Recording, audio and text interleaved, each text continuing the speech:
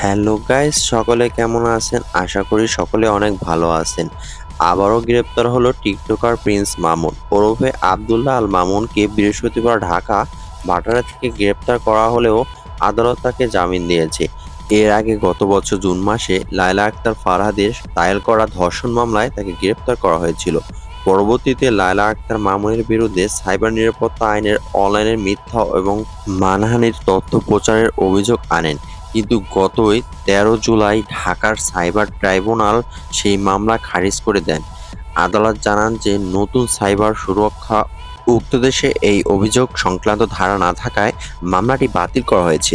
লায়লা আক্তার ও মামুনের গ্রেপ্তারের খবর নিশ্চিত করেছে, তবে কোন মামলায় গ্রেপ্তার হয়েছে তা তিনি নিশ্চিত নন বলে জানিয়েছেন।